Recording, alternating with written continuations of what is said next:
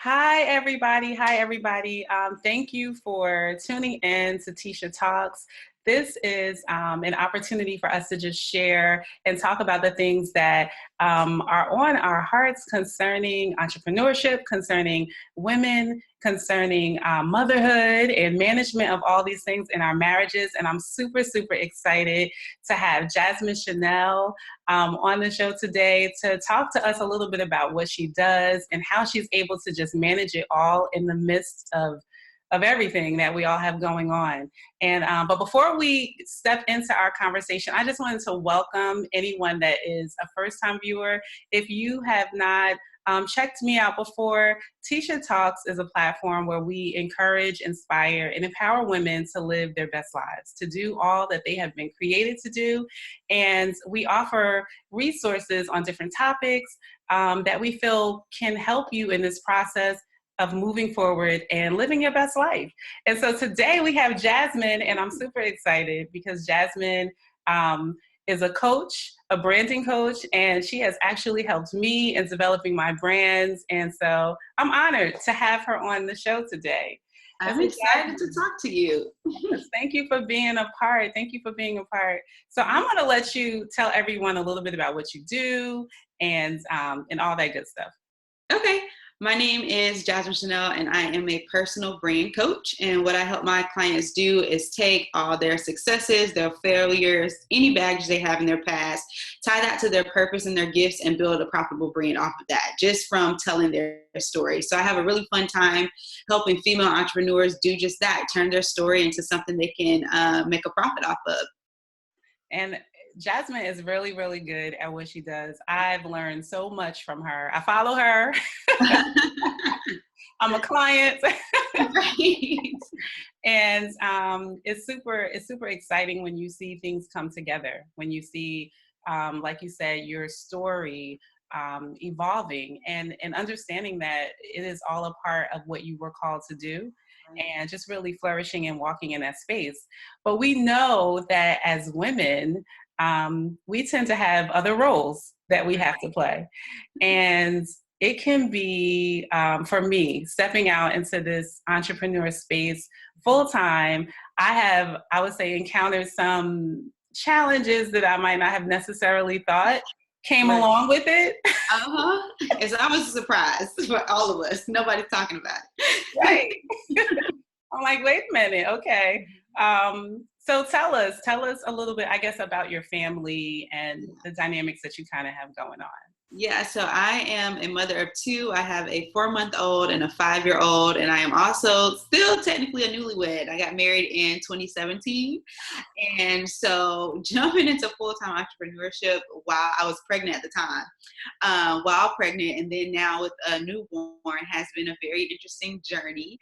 A lot of the mindset work that goes into entrepreneurship is the piece that I think is missing from the mainstream. So not a lot of people are talking about the mindset work, like the daily struggles to just overcome self-doubt, overcome procrastination, all those different things.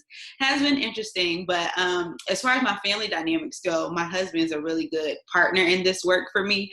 And so we've been able to balance it. Okay. I mean, we haven't mastered it just yet, but we've been able to balance it in a way that I'm able to, walk this journey, and he's able to support me in that.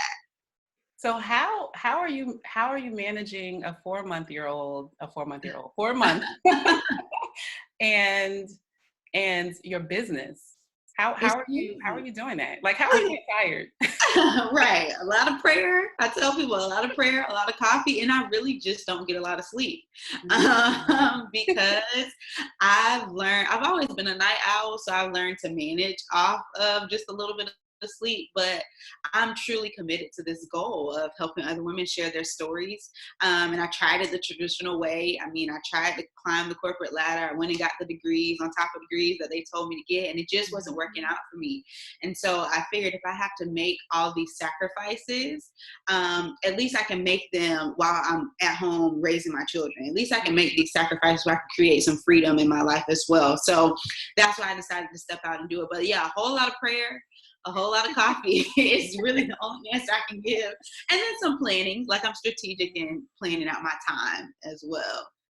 Do you feel like it's more work? I remember at one time I have 5 children, Mhm. and at the time I only had 3 girls, and I was like, I'm going to stay at home because how am I going to really cultivate them if I'm not at home? And people were telling me that, and so I was like, yeah, you need to do this, and I stayed home for like a month, and I was just like, I need to go to work. Right. I need to go to work. And I felt like I remember feeling a freedom when I was away. Right. Um, so I know how much work it is. Like Yeah. my kids are not small anymore, but Uh-huh. I just like when I see you, I'm like, she is a rock star because I know how much work it is to take care of an infant. And then Uh-huh. on top of that, you're like managing everything else. I'm in awe. Thank you. Yeah, the people don't give stay-at-home moms enough credit. They really don't. You just assume that, she's just home playing around with the kids, but literally managing a household has taught me a lot about my time management, my routines, and my business as well. And so what I've learned to do is create some boundaries around separating the work time from the home time. Like I try not to wash dishes and wash laundry in the middle of my work day, because if technically I was at work, I wouldn't be putting in a load of laundry at 10 a.m. So I try to create some boundaries around that, but it does require a lot of discipline and time management. And then it requires me to also be flexible in what work I'm doing at that moment. So if she's crying, I can't get her down for a nap. That's not the time for me to be going live and recording content. Like that's the day I need to step back and, focus on the mom duties as well. But yeah, stay-at-home moms, it's a lot of management of your time, trying to figure out meals and laundry and school pickup and drop off and feedings and naps and, and kids never do things according to a schedule. So that's the other part of it. But it keeps things interesting for sure. I definitely, I mean, like I said, I don't have an infant. My youngest is 8, but I definitely, in the beginning, I had to say, like, Letitia, you have to schedule time to where you're actually working, and then the other time where you're like cooking or you're managing the house, because I would find myself in the beginning like, okay, I'm gonna spend 2 hours doing this, and then try to break up my day, and then 2 hours doing Yeah. dishes or going to the grocery store, and then like by the time I get out to the grocery store, I'm like, I feel like I'm on vacation. I'm not trying to Right. work Exactly. anymore. So what tips do you have? I know you said managing your time. Managing your time. What does that kind of look like? Like, do you just set a day where you're just scheduling out what you're going to do or how it works So best for you? Yeah, so as far as time management, what I try to do is create routines around certain things. So now, since my son, my 5-year-old, is home for the summer, I had to change my entire routine all over again. So I was in a good, strong routine while pregnant. Then the baby came, and that changed everything. Now we got into a routine, and now the 5-year-old's back at home. So what I do now is I break things into days. So Tuesdays and Thursdays, I try not to do any work in my business. It's all mom day. So I also use those days to do the grocery shopping and the laundry, but I also do the kid activity stuff. So we'll go to the library, we'll go to the museum, we'll do that on our Tuesdays and Thursdays. And then Monday, Wednesday, Friday is my work days. So I try to get out of the house for at least a few hours. My mom kind of supports in that. She'll come over, watch the kids for a few hours. And I know in those 4 hours that I have her, that's not the time to go get nails done. Like usually with that time, that's what I would used to do. I used to go get my nails done. I'll go shop for myself. Now there's no wiggle room. So I use those 3 to 4 hours very strategically. I plop down in Starbucks or Panera and I crank out work for those 4 hours straight. And, Yeah. I turn my phone on Do Not Disturb so I can have that uninterrupted work time. But yeah, it does require routines, really help me personally stay productive. And then I don't try to step out of my normal routine. So out of my normal productivity time. So if I know I'm most productive in the morning, that means my mom needs to be over 9 o'clock in the morning until 12 or 2 or whatever work hours I'm going to be, instead of me having her come over at 2 o'clock in the middle of the day and expect to be productive. So I plan it out as well. I try not to go against my natural inclination when it comes to being productive as well. So definitely also having a support. Yes, definitely. Yeah, that has helped a lot. Yeah. Yeah. So I want to transition the conversation a little bit and talk about entrepreneurship and marriage, right? Yes. So, you know, having a business and being like the boss of it, running it and knowing what's going to happen, making the decisions, deciding, how things are going to work. And then also, I think being an influencer. And so then you have people asking you for advice, or even being a coach, asking people for advice, asking you, it kind of puts you in a position where you're like, you're the boss, you're leading, you have the information and you know how to solve the problems and all that goodness. And then you have to transition back to wife. Yeah. How has that transition been for you? So that transition has been very interesting because my husband and I, we dated from the time we were like 19 years old up to now. So we've been together 8 years.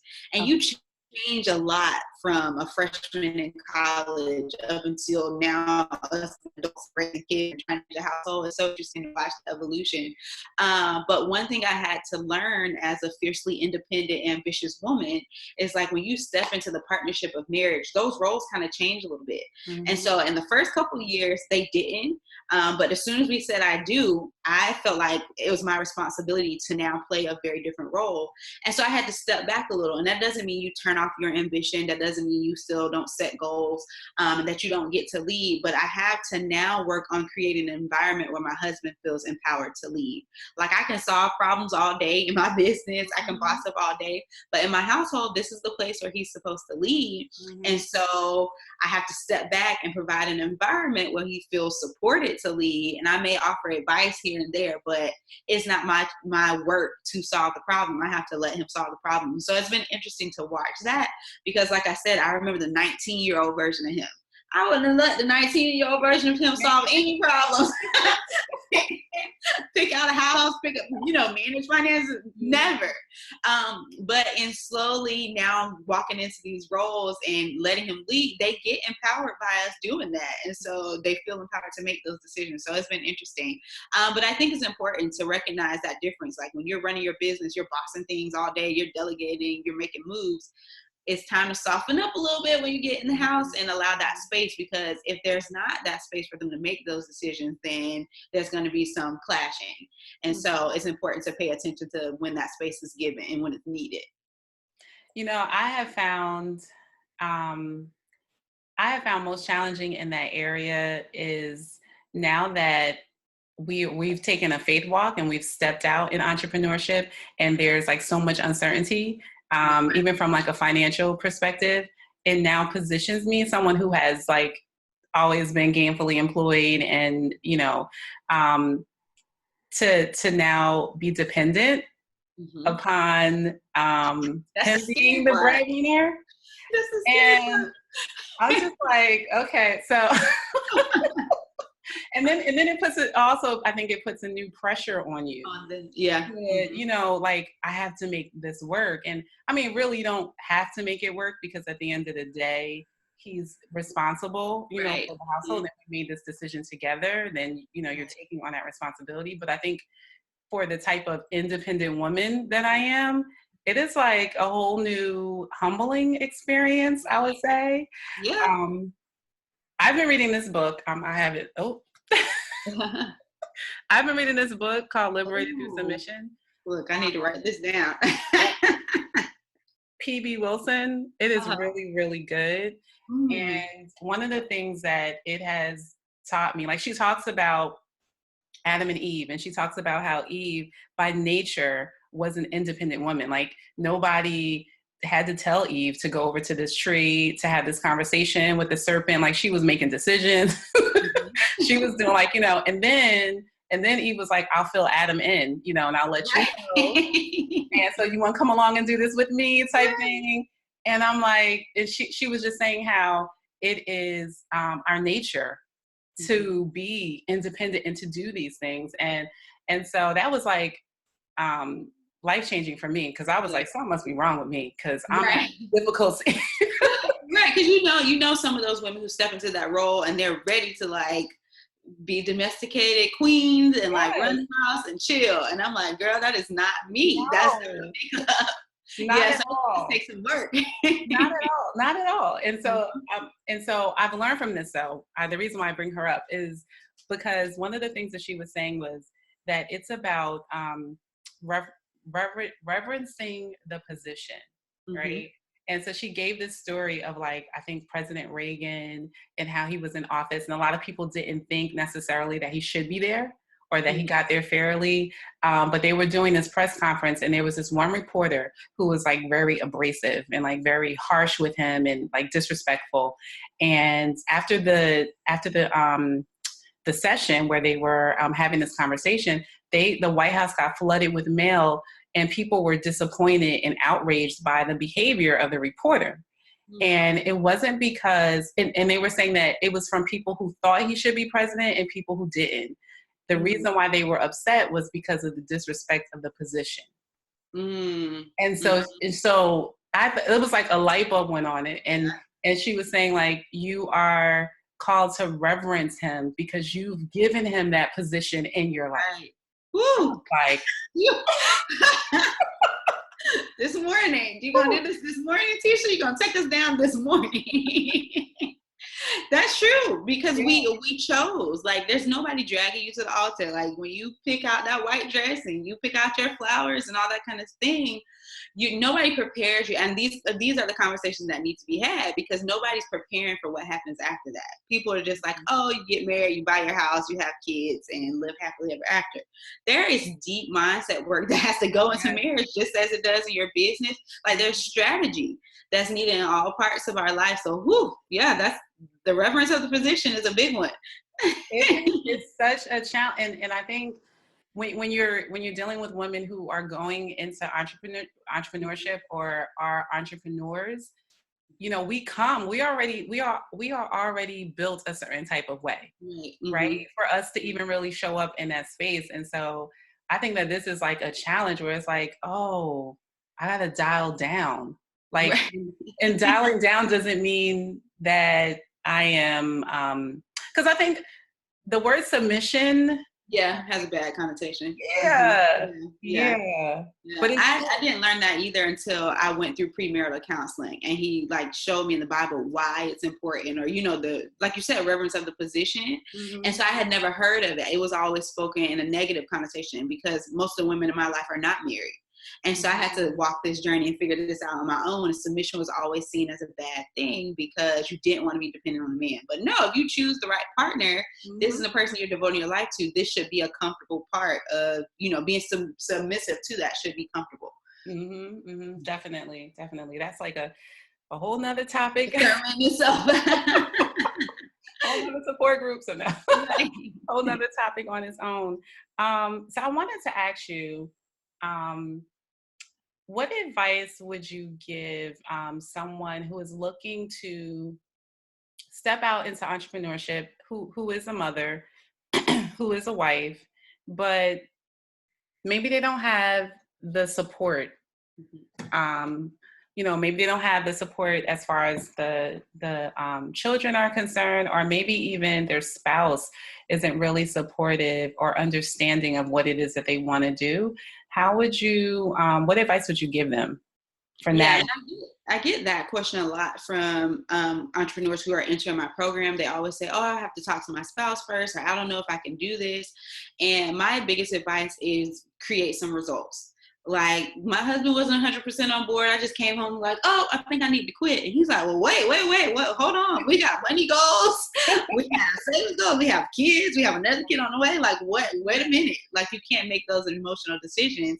But the way that you get somebody on board is show them the results. Like, I was putting in the time on the weekends. I would come home from work, get dinner ready, and clock in for my business from 9 p.m. until I went to sleep that night. And so what I was able to do is show him, this is how much I'm making. This is how many people are buying into my program. This is how many people I'm impacting.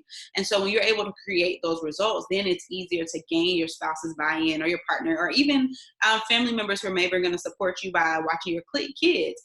When you're able to show them results and you're being consistent, then you can get their buy-in, versus if you're somebody who's picking something up and putting it down every other month. 1 week you're starting this business. Oh, you gave up on that. You changed to this. Like, when you show people that inconsistency, it's very hard for them to trust that their support is going to be valuable. to you. Right. And then also when it comes to children, I side hustle the whole time. I've been raising my son when he was 5, and it was the nights and the weekends. And so there's some things that you're going to have to give up for this dream that you say you want. You may have to give up going to people's birthday parties or hanging out on the weekend. You may have to give up, volunteering in your community. Maybe you only can work on your business on Sundays when you're supposed to be volunteering in a certain place. So there's balance that's going to have to come from the level of sacrifice and time that you're devoting to something before you can see those results and be able to step out fully in faith into it. Right. So I have 2 questions off of that, what you were talking about. Can we talk about like the level of sacrifice? Yes. Because okay, so you go in with these ideas, and me and my husband call this our faith walk, our faith journey. And so what we're realizing, what but you don't really realize until you're actually in it, is that faith is not really about believing that this thing can happen. It's really about what you do when you're out there in the water, right? Yeah. So I use the Peter walking on water when Jesus told him to come, and he's out there. And so sometimes I'll say for me, I straight feel like I'm out there on the water. I don't see no islands. I don't see a boat. I don't see anything. And these waves are going, and it's like faith is like right there. Like, what do you in the moment do in that time? And so can we talk about like the level of sacrifice, because it's by no means easy. Yeah, the sacrifice is probably the largest part that brings a lot of people back to their jobs, or takes them off their faith walk, because they can't see it. You can see the vision and the dream that you have, but because you can't see the clear pathway to it, it's like, why am I even doing this? Maybe I was wrong. Like, maybe I heard the wrong thing. Right. I've had that conversation many times. Like, was that God who told me to do this? I don't think God would have me do this way. And so what I've learned is that faith is truly the peace during the walk to that thing you say you want, the not panicking, the not trying to fix it, the not trying to do it your way. So like for me, for instance, when I first stepped out, the money was good. And so that was my whole reason for stepping out. I was like, oh, okay. But God was like, okay, the money is good. What happens when you have a bad month or when you have a bad week? Do you still really want this? Like, what does the sacrifice look like then? Because the level of sacrifice you're having when you still have that 9 to 5 and that cushion is totally different from the level of sacrifice you have when you're in it, and that determines what groceries are going on your table the next day. If you're showing up the next day, if you are like looking to apply for another job the next day, like that faith that happens. So the biggest part of my faith journey and the sacrifice for this is trusting that what God told me to do is going to also bring provision.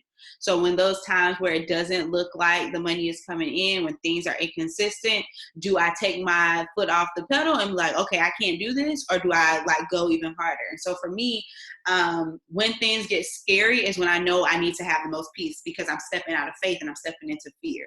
So if I'm feeling panic about not booking the number of clients I wanted to book, or if I'm feeling panic for people not responding to certain content the way that I'm expecting, that lets me know that my faith isn't as high as I thought it was. And so what this journey has taught me is like, we have cute Christian faith when things are going well, but when things are not going well, who is God? Like, we're like, wait a minute, we're looking to every, like, can I get a loan? Like, what can I do? What can I sell? What can I do to make this work, when all God is asking you to do is still trust? Like, even if there's one day left in the month and your rent is due on the 1st and it's the 31st and you ain't got it, do you still trust? Do you still trust? Are you still a cute Christian, or are you out here trying to figure out what can you do to bend over backwards to make it happen? Or are you trusting that when he's saying, okay, you need to go live at this time, you need to post this, you need to do this? Are you trusting? Or are you saying, God, I don't have time for all that. My rent is due tomorrow. Right. So you got to be able to hear that voice. And I think we've spent so much of or if I'll talk for me personally, I spent so much of my journey saying, yes, amen, amen, because things were pretty. But when it wasn't pretty is when you really meet your true self. Like, what is your true Christian faith? And so that, for me, that's where my prayer life has changed in this journey. Me reading my Bible has changed. Me being around like-minded Christians has changed in this journey. And I don't think I would have gotten to that place until I got to those scary things, when things didn't make sense, when the money wasn't adding up. And so I think for some of us, that's the stretch that entrepreneurship puts us in. Like you said, Peter stepping off the boat. for entrepreneurs, that's that I'm stepping out of the boat moment. Like you say, you want this, you see the water, you see Jesus on there. So it's like, oh, maybe this could work. But until you're in the middle of the ocean about to panic, when you see how your faith truly shows up. And then I think also how long you're in the ocean. Right. Right. When nothing happened, like, where is the boat? When is the boat coming? That's so true. Yeah. I was at church on Sunday and we were talking, well, the pastor was talking. He was talking about how like our faith, we always hear about, having faith to move mountains. And so he was like, from a distance, you're saying I can have faith to move that mountain, but it's when that mountain is right in front of your face and you're standing there and that mountain is standing there blocking you that your faith really begins. Right. Reading today, this little, in my journal, it has a quote by Martin Luther, and it says, "Faith is a living, daring confidence in God's grace, so sure and certain that a man could stake his life on it 1,000 times." Ooh. I was like, okay, God, because I'm right. Like, how much are you going to trust me? How much do you trust me? Like, what are you willing to give, and what are you willing to believe him for? And that, I know you're reading that book, Believe Bigger. Yes. By Marshawn Evans. Yeah, it talks about a lot of that. Yeah. That's definitely. So I just think that those things have also been challenging, because now you're like, it's so true. Like, okay, so how am I scramble to do this, and how am I scramble and like getting and off then you'll get off your path as an entrepreneur. We'll get off our path, so we'll start offering a sale, or we'll create products just because we think somebody will buy it, versus that's not the product God called you to make. That's not the program God called you to create. And so we'll scramble and do all those things, confuse our audience, and have to start over from scratch anyway. And so it's best just to like let it flow, trust that it's coming from the way that's what I have learned, to detach my emotions from the how. I just know it's coming, and I'm going to keep being diligent in the work that I'm doing until it shows up. Okay, great. That's a great, I'm going to work on that. Detach my emotions and just work on what I'm supposed to be, what I was told to do. Yeah. What God told us to do. So do you feel like, in all these things that you're doing, that you're fulfilling purpose, your role as a mother and as a wife and as an entrepreneur? Because I know, some women struggle with only being able to concentrate on one thing, like entrepreneurship, and then like forsaking your responsibilities as a wife, and because you're so honed in on making it happen. Yeah. So me personally, I think I've been able to balance it well. And I always say that I don't have work-life balance. I have work-life harmony. So there's going to be times when, marriage is going to take the front seat. There's going to be times when the kids take the front seat versus the business. And so finding the harmony in that. But I think it's important when it comes to pursuing your purpose is to intertwine your roles so that at any given moment, each thing is still shining through. So my role as a mother shines through in my content and still attracts people to let me help them with their branding. And same thing with marriage. That's a part of my brand. And so that's why I teach people in Boss Brand Bootcamp that your story is pivotal in you pursuing your purpose in your business, because it's you. The essence of you is what allows you to walk or create that product or service. And so by tying those things together, you don't have to feel like there's a part of you missing by devoting your time to your business. So when I'm creating content, I'm still showing myself as a wife and a mother. That still takes the front seat, because those activities are actually happening. Like me spending time with my kids at the library is happening. And the fact that I can record it and add it to my Instagram content and it still supports my brand allows me to not feel guilty in the moment. It allows me to still allow those things to all happen at once and still be a part of the business. And so when you tie your brand story or those pieces of you and your purpose to the product or service that you're selling, it makes it much easier to not feel like you're off track. Allowing yourself to be fully who you are. Right. In all aspects. Yeah, definitely. I definitely agree. So tell us a little bit more. I know you have a new program that, did you start it yet? It starts in next week. So it's called Mom to Mogul. And the reason I created this program is because a lot of the clients that I was working with are moms. And they're asking some of these same questions we just talked about today. Like, okay, how do I manage this? What if my spouse is not supportive? You know, how do I get these ideas out of my head? And so I created that program to, again, be an extension of me. So my original program, Boss Brand Bootcamp, still happens too. I teach branding with that. But I wanted to create a space for mothers, because they have very specific needs. They have very specific things they're trying to get out to the world. And so that allows that to happen by having this other arm. The Mom to Mogul program allows them to still build a brand, but not forsake the part that they are a mother and that they can benefit from this as well. Mm-hmm. Definitely. I think that's an awesome program, because we're all really, I guess, I don't want to say struggling, but we're all really trying to figure out how to navigate through it all. Right. You know, how to navigate through it all. So I'm super excited about that program, and I hope that people, those that are watching, I'm gonna let you in the end give your contact information and ways that they can reach out to you and connect with you. But before we close, can you share, I guess, maybe a little bit of advice? And I know you kind of touched on it, but maybe there's something more, or maybe you want to expound on what has allowed you to really be able to show up the way that you are showing up, you know, as a mother, as a wife, and in your business, and even in the lives of other people. So what allows me to show up is that I know that there are other people in the same situation or have the same feelings that I had a couple years ago when I first started out. I did not see people who were trying to do all these things, like trying to thrive as a mother, trying to thrive as a wife, and also building a business.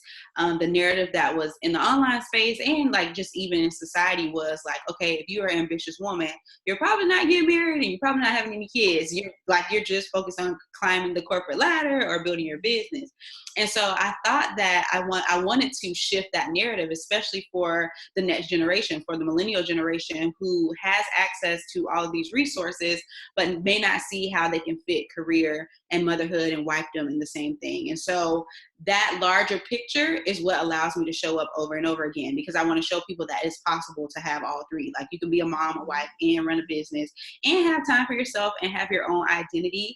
And that the key to doing that is combining it. Like make your passion and your life, your brand, your business. Like make you the business. And so that's what I am in the business of, helping women make themselves the brand and the business. And then that way you can pivot, you can evolve in any way that you want and still be true to your authentic self. Mm-hmm. Well, I thank you for showing up in that way, because it's completely inspiring to those of us who want to step out and, like you said, haven't really seen, like you can see people on the surface, but you Right. don't necessarily see their day to day. Like I know there are times when you're like on live and you have the baby, or you might start, well, I gotta stop the live and I'm gonna come back. Right. Or even I think you have one where you go through your day. Like, Yeah, I try to show the day to day, because I think there's shame around motherhood. For some reason, there's some shame that, oh my gosh, you showed your kid. Mm-hmm. Like the kid is there. Like we are not running these businesses with an empty house and complete silence. Like the kids are there. Mm-hmm. There's things that have to happen. There's laundry baskets in the background sometimes, but you will be okay. And there's people that are going to resonate with that. Like there's a stay-at-home mom right now who may be listening to you or listening to see my stories, and she can't figure out like how she can start a business. She wants to support her husband. She wants to, add financially to the household, but she can't see how she's going to do it because she's got these kids here. And I want to show them like, okay, this is how you do it. Like put the kid on your shoulder and talk about something that you're passionate about online, and then sell products or services around that thing. So that's my goal, is to show. That's why I show the day to day. That's why I show the not so pretty. That's why I get on camera sometimes and like, I'm tired today, y'all, but these are the things I'm doing in my business. What are you doing? Because I want to challenge people to, do the same for themselves and show up for themselves. I think it's so freeing. Yeah, it definitely is. To not have to feel like we have to be perfect. Right. And also not to feel like if you do one thing, you're going to neglect the other. Right. Exactly. Exactly. So thank you so much for being on today and sharing your story and just, giving advice and even just allowing your your process to be so transparent so that people are able to take from it and grow. Can you let everybody know how they can get in touch with you? Yeah. So most people find me on Instagram. My name on Instagram is _Jasmine Chanelle, and it's spelled JasmineChanelle. You can also find me at www.jasminechanelle.com. There you can find out more about my programs. I have a group coaching program specifically for female business owners looking to tell their stories called Boss Brain Bootcamp. And then also my Mom to Mogul program specifically for moms looking to build businesses and brands. Well, I am super excited. I'm glad that you are stepping out in your purpose and stepping out in this way and just allowing your life to be a resource, to other people. And you guys, I have been in her program. I have been blessed by her program. It has been so instrumental in really helping me combine things and connect the dots. And I think a lot of times we have a lot of different things that, maybe this and maybe that, and I do this and I do that, but sometimes it's hard for us to connect them all and to develop them in the way that represents us. And so Jasmine definitely has helped me do that. And if you are interested in stepping out in your purpose, stepping out in things that you're passionate about, and you're still trying to figure out how you brand yourself or how you actually show up outwardly to this world, check out Jasmine Chanelle's program. Both of them are excellent. And Jasmine, thank you once again for being a part of the video. Thank you for having me. You're welcome. You're welcome. Thank you for coming. And guys, as always, when passion meets purpose, great things happen. And I look forward to hearing and seeing the testimonies and the things that you have benefited from just being a part of this community. So until next time, talk to you later.